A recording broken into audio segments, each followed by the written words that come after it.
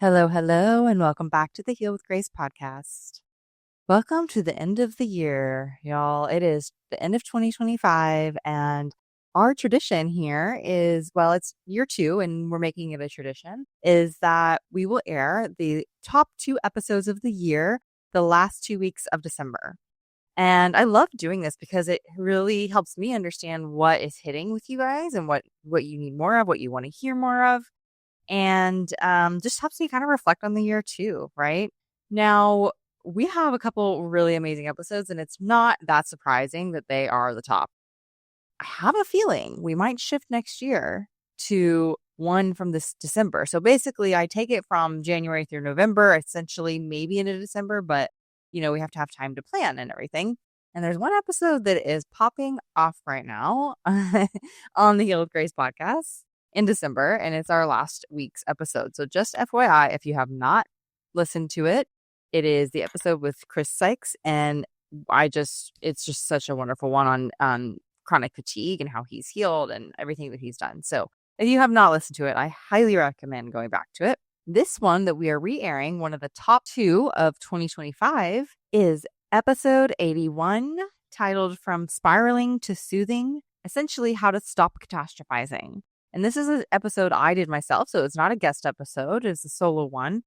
And I mean, again, this is no surprise why this was so popular, because so much of the time when we have unknown, relenting chronic symptoms in our body that we don't know how to handle or control or figure out or fix or move through or work with, we have so much anxiety. We have so much fear around our bodies, right?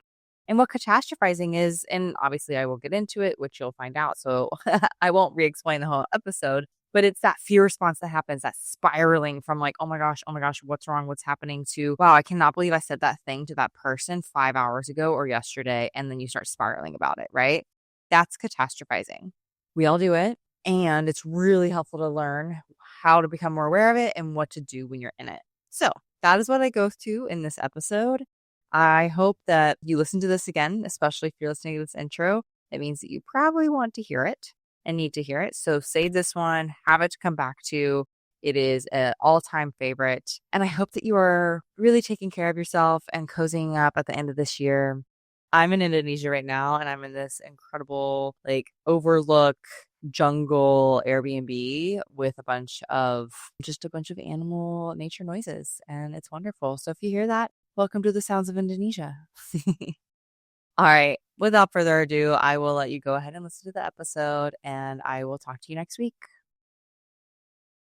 Hello, friends. Welcome back to the Heal with Grace podcast. Today, we are going to talking about, and I'm going to help you understand how to get out of those spiraling moments, those fear-based thoughts, the fear that induces and happens in your body that maybe even lands into a panic attack. And really what we're talking about is catastrophizing. It's that time, those moments where you get maybe a weird twinge in your body, or you're afraid you might say the wrong thing and you think, oh my gosh, something's wrong. What did I say? What's happening? I'm afraid I'm going to say the wrong thing. Or, ooh, what's happening in my body? I'm going to go Google these rare diseases and wonder if I'll ever get better. Those sneaky, sometimes feels rational, but oftentimes they're very irrational thoughts and feelings that happen when we get into this really deep fear response. It's actually one of the most common mental habits keeping people stuck in chronic symptoms, in fear and panic and anxiety. And so I want to help you understand exactly what's going on and then how to move through it, because this is honestly one of the biggest topics oftentimes I share with people all the time around how it impacts your mental health, your physical health, your chronic symptoms. Because if you've been listening to this, you probably, I hope that you understand by now. And if not, you will understand that most of our chronic symptoms, when I mean that, I say things like pain, anxiety is actually a symptom. It's not an emotion. It's not a feeling. Anxiety is a symptom. And that's actually a whole other episode. So that's coming. But what I mean by this is that I'm talking about any type of symptom, illness, pain that can't really be explained, does not have a true structural cause, and you've been trying things over and over and over again that aren't working. And when this happens, Of course, we're going to catastrophize about it because it's scary. It's scary to have, even if you do have some sort of diagnoses, you can still land in the neuroplastic chronic symptom camp.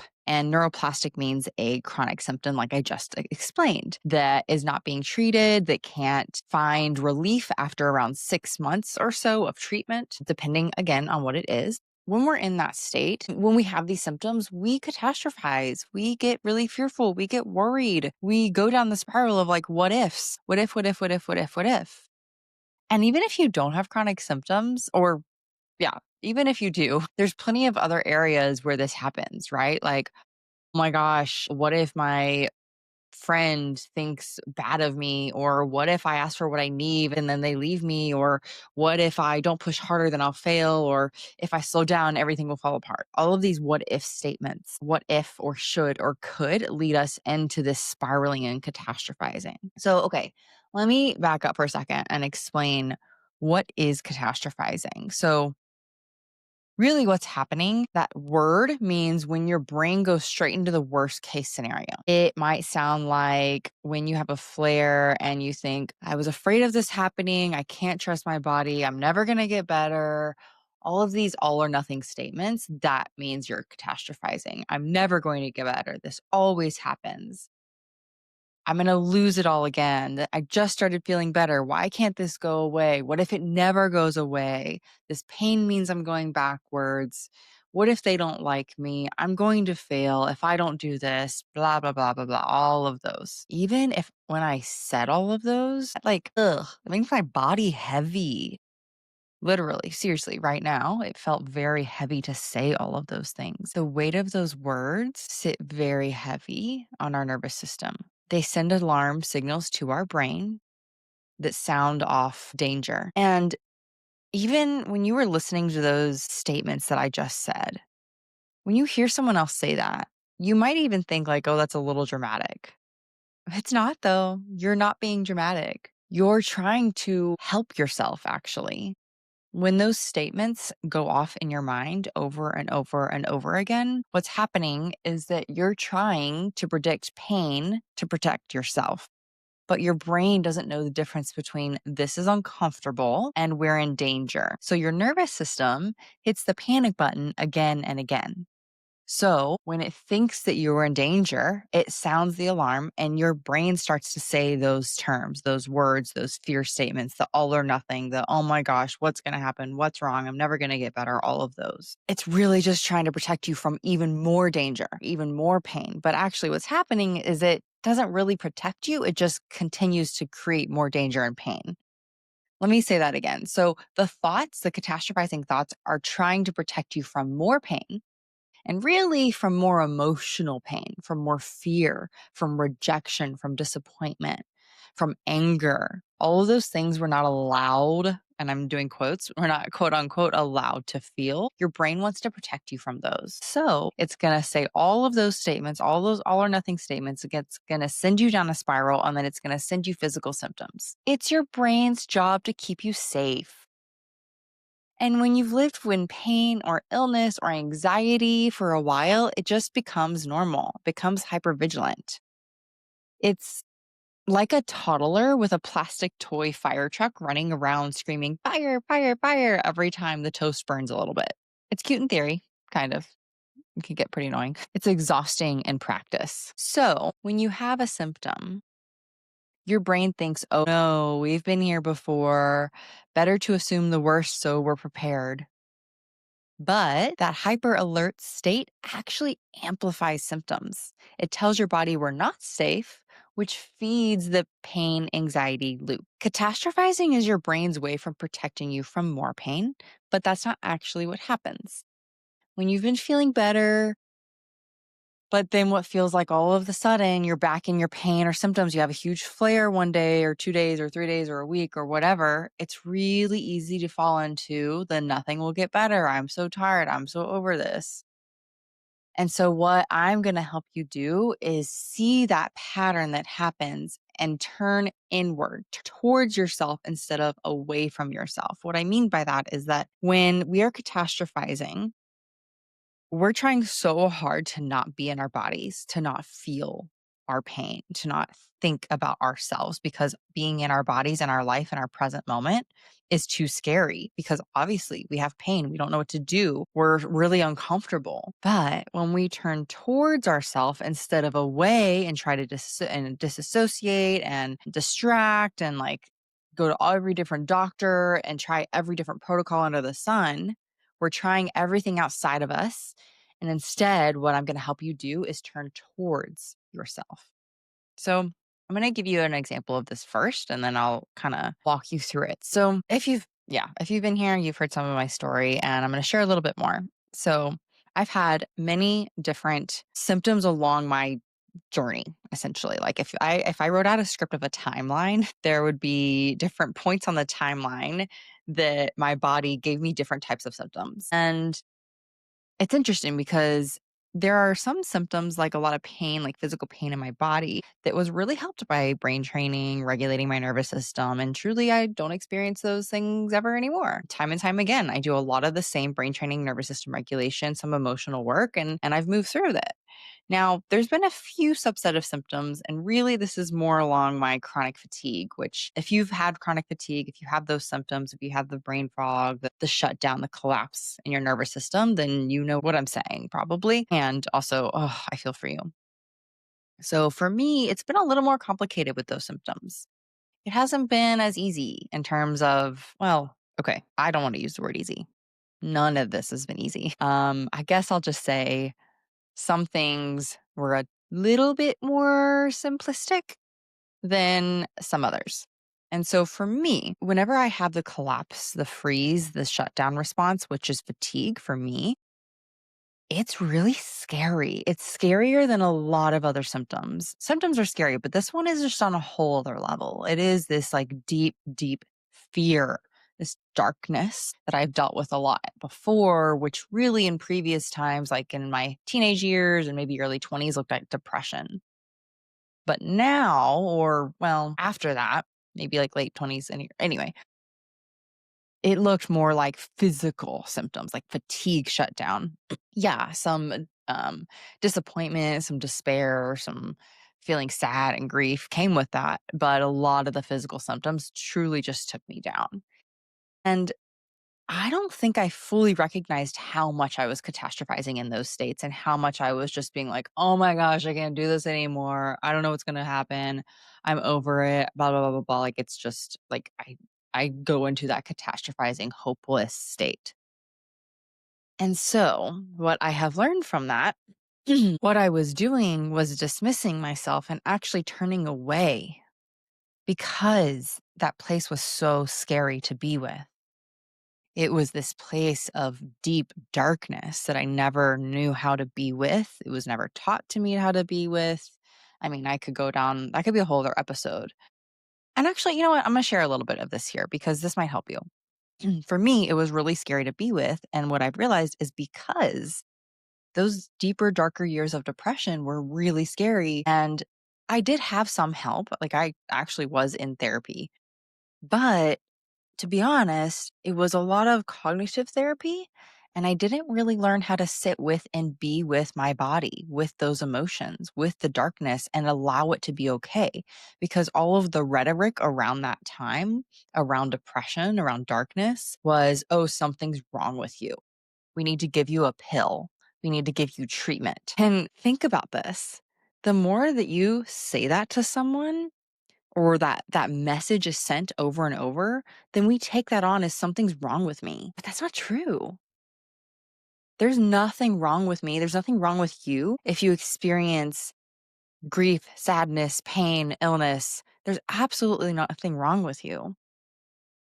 But if you've been in the mental health world, physical world, any kind of medical world, we have this idea that if you experience something, if you experience anxiety, depression, illness, pain, something is wrong with you. Man, just sit with that for a second. That's to your core, you take that on.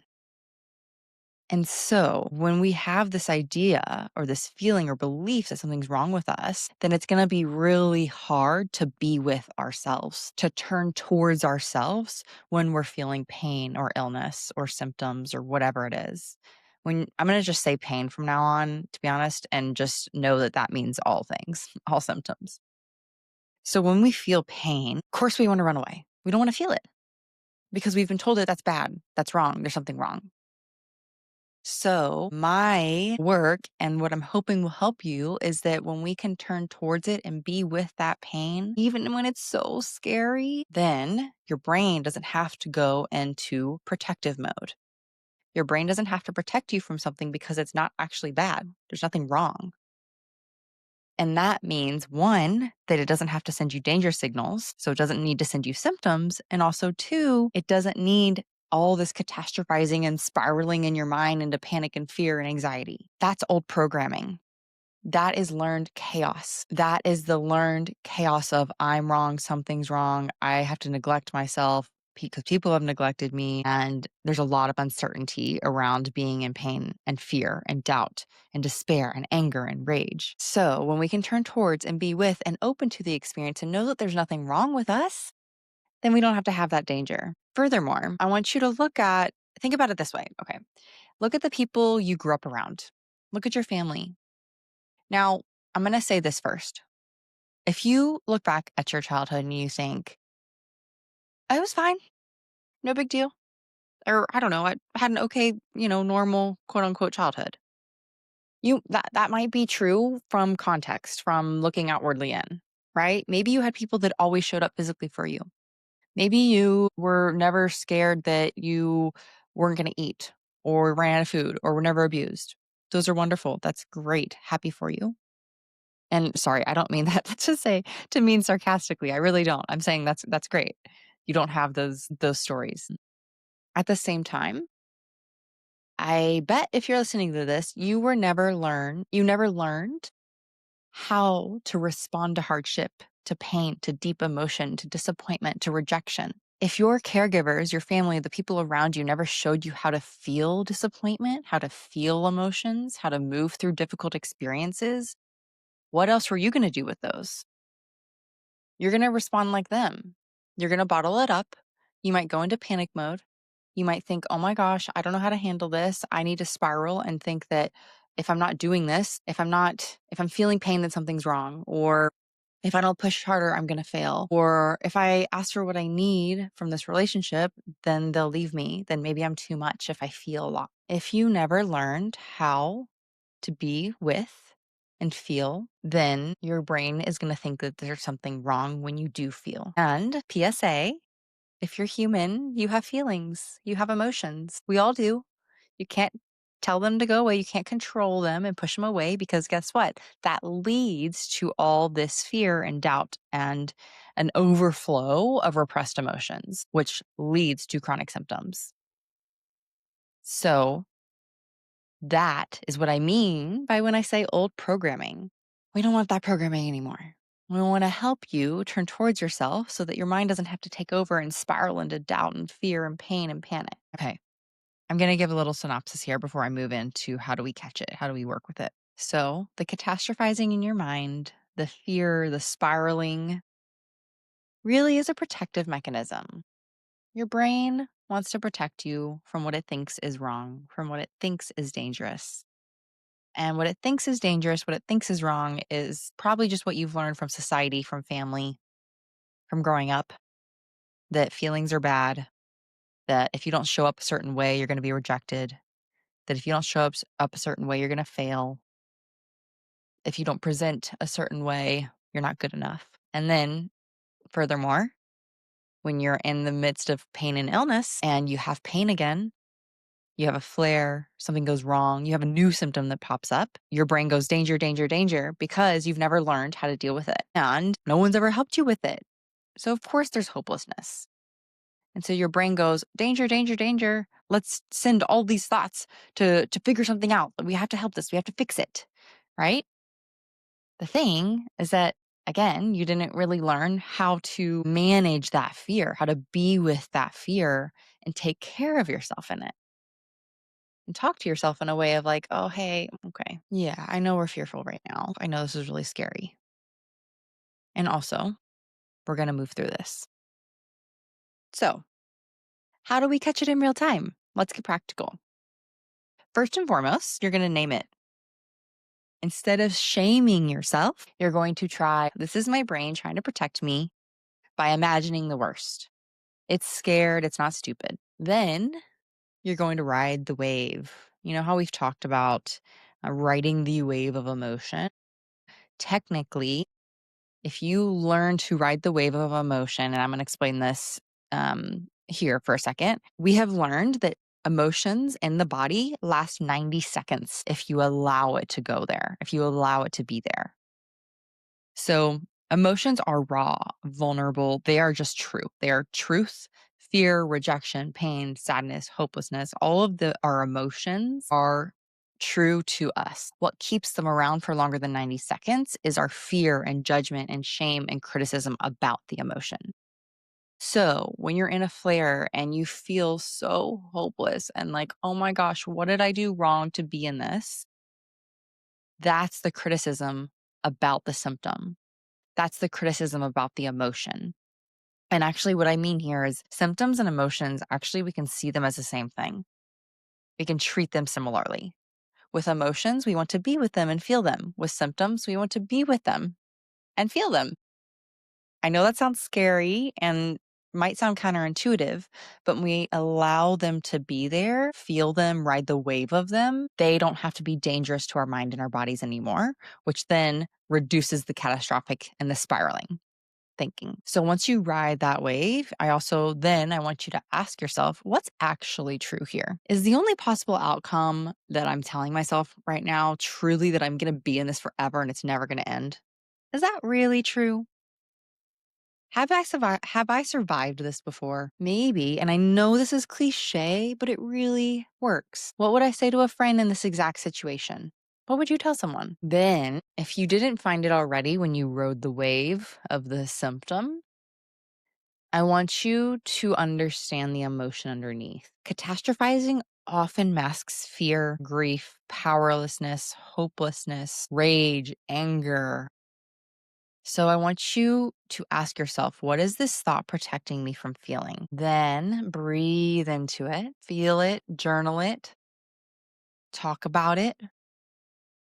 But I really want you to feel that emotion and know that it's completely okay to feel. Remind your body it's okay to feel, because when you feel it, then you're signaling to your brain, it's okay to feel this, even when it's scary. So when I can feel it, you don't need to send me signals of danger by means of pain or illness. Then to close this out, you can use a calming reframe. You can say something like, this is uncomfortable, but it doesn't mean I'm in danger. Doesn't mean all is lost or all is wrong. I've moved through this before. Yeah, I'm tired of it. I'm tired of this. I'm here. I'm tired. At the same time, I know I'm doing the work and I'm moving through this and I'm moving forward and I will heal. I am healing. You don't have to know the future to support yourself in this moment. Remind yourself of that. You don't have to know exactly what's going to happen in the future to help yourself right now. Maybe you say to yourself, my body is asking for presence, not panic. Maybe you place a hand on your heart, breathing deeply. Maybe you hug a pillow or punch a pillow, whatever you need, whatever emotion or feeling is there.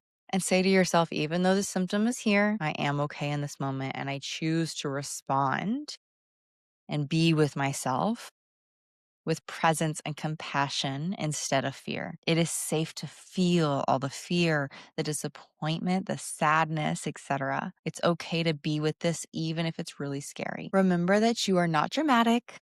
You're not overthinking.